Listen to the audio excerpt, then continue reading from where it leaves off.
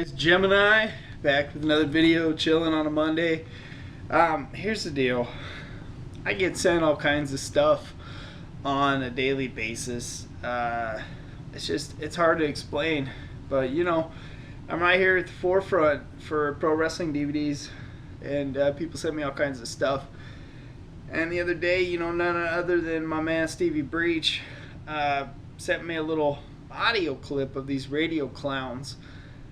Pretty much blasting pro wrestling DVDs, and I'd like to respond to that. But first, I'm going to play the clip for you guys. I don't know who the fuck these guys are. I don't really give a shit who they are. They have a condescending tone in their voice. They sound like just flat jerks. So let's play the clip here of these guys pretty much trashing WWE DVDs. Let's get to it. We have a text message question. This person says, I never understood why the WWE was still developing DVDs after the network launched, and today's number shows it makes no sense. Do you believe this will lead to more DVD-type documentaries and specials being created only for the network, which I believe would help keep the network number where it is or possibly increase? Well, let me say one thing. I would presume that the people that are still buying DVDs aren't getting the network, and maybe they're not getting the network because they can't. Is that possible? Partially. Right now they're making, I think, $12 a disc on DVD, so it's pretty profitable business for the small piece it represents. You know what the number 2 best-selling DVD was this last quarter? Mania? It was The Rock versus Cena from 2012, because they offloaded a whole bunch of that stuff into the discount bin over this last quarter here. And so we're seeing them basically fire sell all this old stuff into the $3, $5 bins at Walmarts and Best Buys. So I wouldn't be surprised if they are changing their strategy a little bit around their DVD release.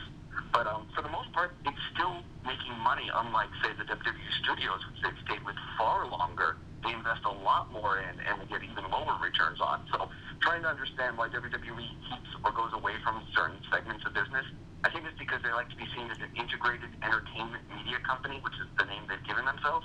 And they feel that if they start lopping off these unuseful arms, then they stop being that.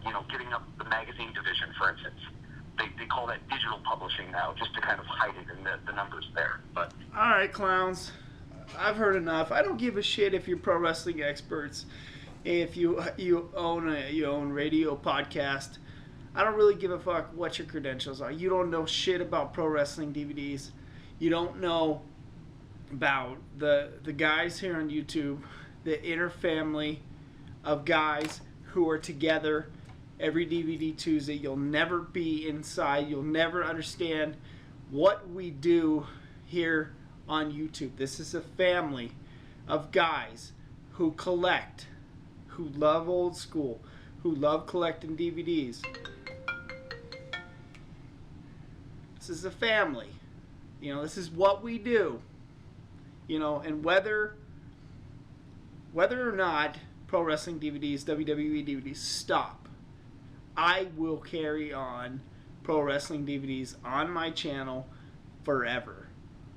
Period.